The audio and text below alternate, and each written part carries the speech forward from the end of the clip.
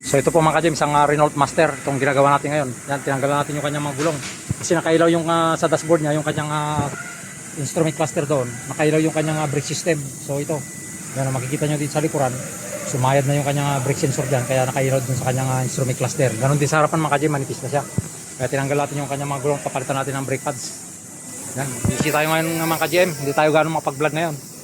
Kasi nga loaded tayo lagi sa trabaho. Yan o. Dito sa harapan, no? Yan, makikita ninyo. Ubus na rin yung kanyang brake pads dyan. So yan, gagawin muna natin ito. Lagi tayong busy ngayon kasi nga maraming trabaho mga ka-GM. Mga general service saka mga kwan. Mga general repair saka mga quick service yung ginagawa natin. So, ito po mga ka-GM, sa Ford Taurus, bali babalik na natin. Kakapit na natin mga ka-GM kasi ito pinalitan natin ng wheel hub bearing. Yan, dalawa yan, kabilaan dito sa harapan. Yan o, binaklas natin siya diyan. Tapos nagpalit din tayo ng oil seal dito sa axle shop, dito sa transmission. Tapos itong kanyang support dito, kasi itong kanyang support dito, yan o, warak na yung bushing niya, yung rubber bushing niya yan. Tapos sa tagas ng langis kasi ito sa kanyang transmission, kaya palitan natin ng oil seal. So ito, babalik na natin ngayon. Dito sa kanyang wheel hub bearing, hindi pwedeng magkabaliktad yung bearing niya mga GM, kasi ito may magnet dito sa may side dito sa kabila, yung sa pinaka oil seal niya dyan, yung kulay brown. Yan. Kasi pag nabaliktad dyan, hindi gagana yung kanyang EBS.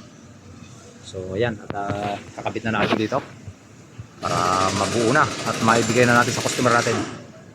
So dito po mga ka-GM, sa BMW na 735i, ito nagpalit tayo ng lower control arm. Yan, kabilaan yan, dito sa harapan. Yan, bago na to kasi yung luma natin ito, kalog na yung nito, ball joint. Yan o, BMW na 735i.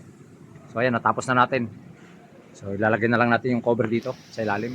Ito po mga ka-GM, mga bagong pyesa na naman natin. Ito, ipapalit natin dito sa sasakyan na to. Kasi ito nagkaroon ng bangga yan, makikita ninyo. Tapos nabali yung pinakanakil niya rito. Kaya papalitan natin yan. Shock absorber, baluktot.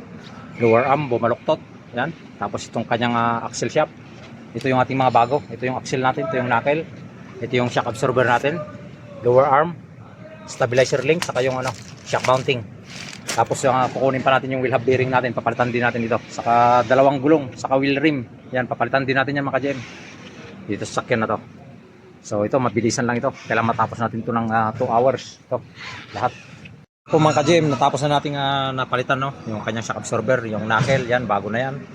Lower arm, yung kanyang axle drive to. Tapos dalawang gulong. So yan, saka isang wheel rim na second hand. Palitan din natin yan. Tapos inaantay pa natin yung ibang pyesa. Kasi itong EBS sensor niya, yan, putol pa siya. Tapos dadalhin natin sa body shop ito. Kasi nga to, i-repair. Bangga kasi yan. Ayan, sa loob ng 2 oras mga ka-GM, may tinapos natin ito. Yan, so dadalhin muna natin sa body shop ito para ma-repair siya, no? Body repair. At yung mga ibang pyesa nito ay inaantay pa natin para may kapit natin pagka natapos na body shop. So dito po mga ka-GM, tinanggal natin yung kanyang engine support dito sa ginagawa natin na Suzuki Desire. So ito kasi vibration siya kahit naka-normal idle lang yung under niya. So ito tinanggal na natin. Ito yung ating bagong pampalit na bago. Yan. Tapos ito yung kanyang warak na yung kanyang rubber bushing. Kaya may vibration yan mga ka-GM. So yan, kakabit muna natin siya. Ito lang natin padadaanin. So dito po mga ka-GM sa Hyundai Accent, bali magpapalit tayo ng front brake pads. Yan, kasi medyo umiingay na siya ng konti.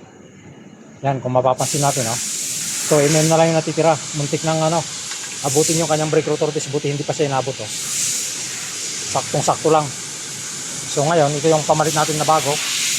Yan, halos ang kapal nito nasa 10 mm. Yan, yung panukat natin, 10 mm. Yung kapal. Wala na. Buti sakto lang yung pagkaupod ng preno.